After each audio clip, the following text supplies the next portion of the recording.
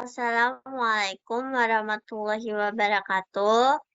Eh, Kami di sini dari kelompok 9 akan mempresentasikan hasil akhir dari brainstorming ide aplikasi yang telah kami buat. Anggota kami itu terdiri dari 4 orang. Yang pertama Raden Ronggo Bintang Pratomo dengan NIM 2021-31005. Lalu ada Fakhrihan Lutfi dengan NIM 2021-31051. Lalu ada saya Sabrina Ranti Sonia dengan NIM 2021-31024. Lalu ada Putri Aulia Irwan dengan NIM 2021-31015. Ide aplikasi kami yaitu e-voting. E-voting adalah aplikasi yang dirancang untuk memfasilitasi proses pemilihan umum presiden. Aplikasi ini dirancang dengan fokus pada keamanan, transparansi, dan partisipasi masyarakat untuk mendukung tujuan SDGs terkait perdamaian, keadilan, dan lembaga yang kuat. Aplikasi ini bertujuan untuk memberikan akses keadilan bagi semua warga dan membangun institusi yang efektif untuk mendukung sistem demokratis yang stabil. Lalu ada ide fitur aplikasi. Yang pertama, autentikasi yang aman, di mana kami di sini menggunakan KTP sebagai kode unik. Lalu ada voting elektronik, di mana di sini pemilih dapat memberikan suara mereka. Lalu ada konfirmasi suara yang sudah diberikan. Lalu ada pemantauan transparan, di mana pemilihan waktu nyata dari proses pemilihan untuk memastikan kejujuran dan rekapitulasi hasil suara.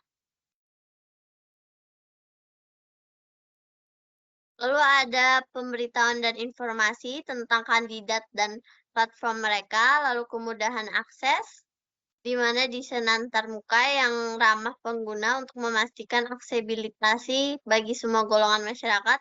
Lalu ada keamanan data, di mana enskripsi kuat untuk melindungi data pemilih dan sistem yang tahan terhadap serangan cyber.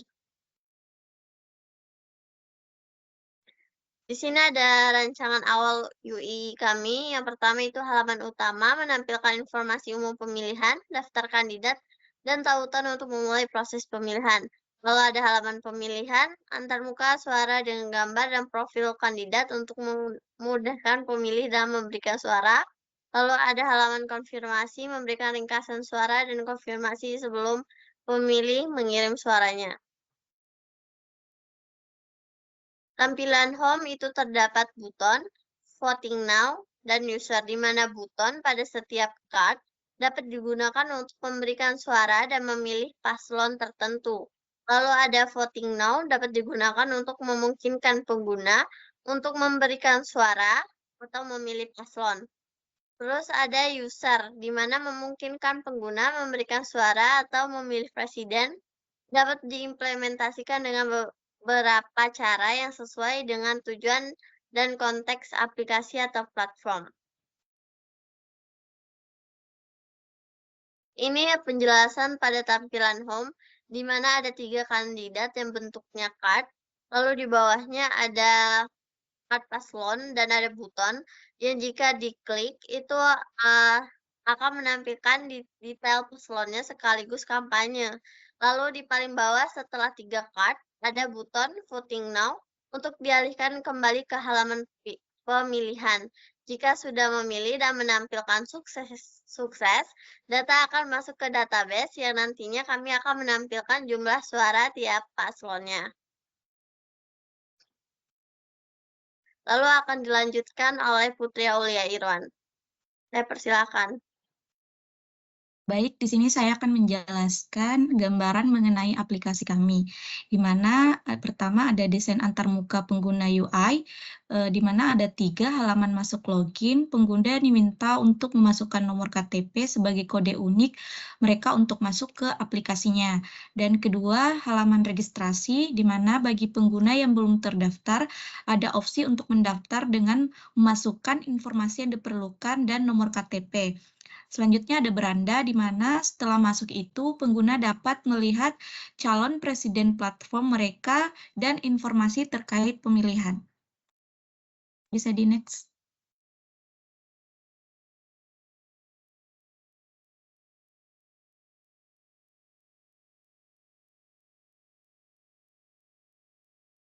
Bisa di next. Nah, selanjutnya ada gambaran aplikasi kedua, yaitu fungsionalitas utama, di mana pertama ada pemilihan kandidat. Pengguna dapat melihat kandidat pilihan mereka dari daftar calon presiden. Dan kedua ada konfirmasi pilihan, di mana sebelum mengirim suara itu, pengguna diminta untuk mengkonfirmasi pilihan mereka sendiri. Dan ketiga, ekskripsi suara, di mana setelah konfirmasi, suara pengguna diekskripsi untuk menjaga keamanan dan kerahasiaan suara.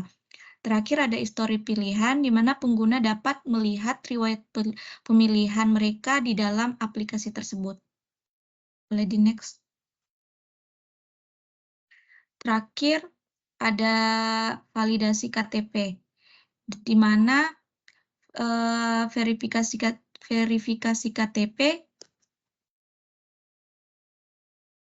verifikasi KTP ini sistem harus dapat memverifikasi nomor KTP pengguna untuk memastikan kesahan dan keunikan setiap suara.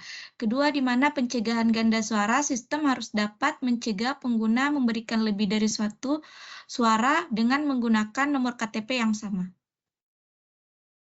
Bisa di next. Selanjutnya ada implicit intent, di mana untuk mengirimkan pemberitahuan kepada pemilih. Bisa di next. Selanjutnya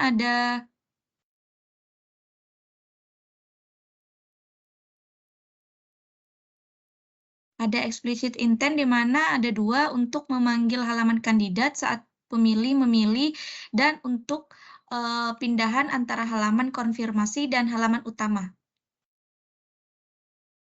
Boleh di next.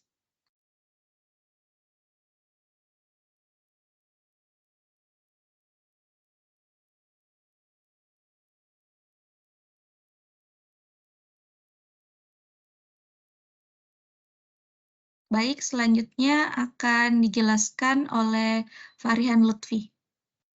Oke, baik, terima kasih. Oke, selanjutnya itu adalah tampilan UI dari program e-voting. Nah, yang pertama ada tampilan loginnya. Di sini kami membuat dua edit text untuk username atau kita menggunakan KTP, terus ada passwordnya, terus ada button login, dan nanti di bawahnya akan ada jika pengguna belum punya akun bisa daftar dan masuk ke halaman register. Bisa di next. Oke, komponen view yang kami gunakan itu ada relative layout. Di sini kami menggunakan relative layout ini karena lebih mudah untuk penataannya.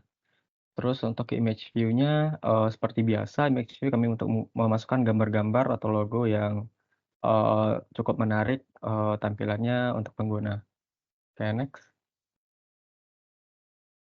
Terus kami masukkan text view yang dimana akan menjadi tag yang bisa digunakan untuk memberikan informasi kepada user bagaimana seperti button, untuk text buttonnya, terus untuk mengisi apa, seperti nama, dan yang lain-lain.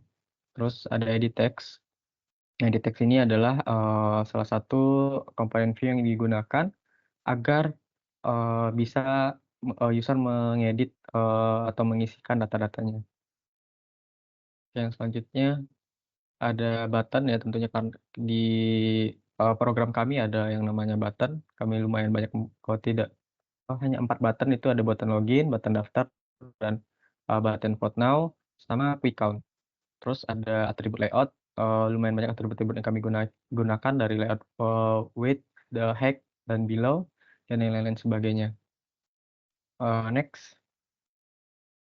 Dan atribut tambahan-tambahan yang lainnya seperti logo, terus padding kami butuhkan. Terus ada warna teks custom. Dari warna teks yang kami gunakan, beberapa ada yang kami menggunakan warna custom atau kita masukkan dari tampilan awalnya yang sedikit berbeda. Dan untuk tampilan registrasinya, jadi ketika user tidak mempunyai akun untuk melakukan voting, mereka akan mengklik belum punya akun dan daftar. Dan ketika daftar akan menampilkan halaman registrasi yang dimana akan mengisikan data-data penting yang kita butuhkan untuk pengguna isikan dan akan masuk ke dalam database kita. Next.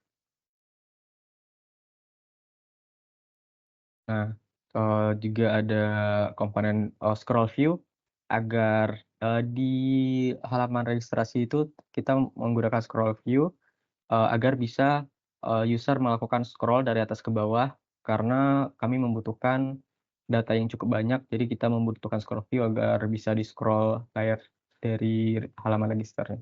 Dan untuk register juga menggunakan relative layout. Next. Dan juga ada di teksnya juga dan atribut layout yang kami butuhkan untuk register. Untuk lainnya text view, button, atribut tambahan yang lain-lainnya juga kami gunakan. Berikut adalah tampilan aplikasi dari awal hingga akhir.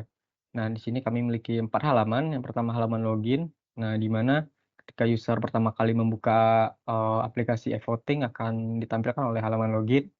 Ketika user tidak memiliki akun maka akan daftar dan daftarnya masuk ke halaman registrasi. Di registrasi akan mengisikan dan mendaftarkan dirinya. Dan ketika klik daftar akan kembali lagi ke halaman login. Ketika login sudah berhasil, akan masuk ke halaman vote, quick count atau logout. Nah, di sini pada home-nya itu bakalan ada project e-vote dan juga hasil suara. Nah, di sini button-buttonnya dari logout berarti dia akan keluar, user akan keluar dari akunnya, terus ada quick count untuk user bisa mengecek hasil suara sejauh ini. Terus vote ketika user belum mengisi suaranya atau belum mencoblos. Dan user juga bisa melihat suara secara langsung tanpa harus menunggu quick count dan quick count-nya akan sesuai dengan pilihan user. Jadi kalau misalnya user sudah mendaftar, sudah voting di database kami, maka dia tidak bisa voting lagi. Nanti di demo aplikasi akan dijelaskan. Dan demo aplikasi akan dijelaskan bagaimana alur programnya. Nah, di demo aplikasi ini akan dijelaskan oleh rekan saya, Bintang. Pada Bintang, saya persilahkan. Oke, terima kasih. Kali ini saya akan demonstrasi penggunaan aplikasi e-voting telah kami buat. Jadi di sini kita punya halaman login. Sebelumnya kita harus masukkan KTP dan password. Tapi sebelum kita masukkan, tentu kita daftar dulu di sini.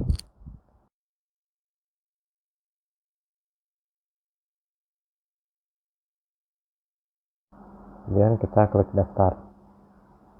Nah, berhasil registrasi. Baru kita masukkan tadi 1, 2, 3, 4, 5, 6. Next, kita habiskan password yang sudah kita buat pada registrasi.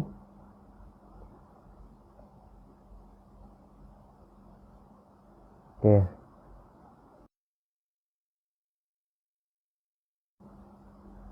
Kita sudah berhasil login. Kali ini ada 3 halaman.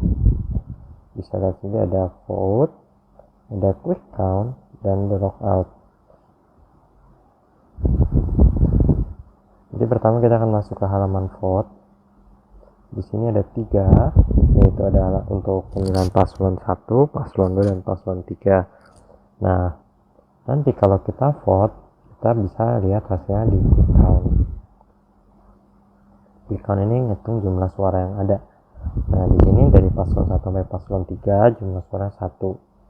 Nah, setelah kita vote paslon 2, ini setelah kita klik. Nah, di sini kan tracker nih, your vote has been record. Nah, kita lihat di quick count paslon 2 ini sudah berjumlah 2. Ini yang tadi kita vote.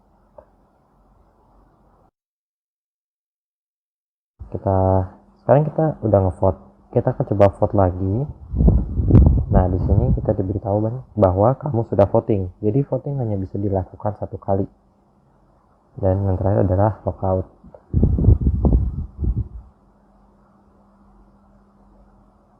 Oke, mungkin demonstrasi aplikasinya sekian. Masih ada bugnya sedikit pada logout, tapi segini setidaknya sudah cukup. Terima kasih. Kami dari kelompok politik, kelompok 9. Kurang lebihnya mohon maaf. Assalamualaikum warahmatullahi wabarakatuh.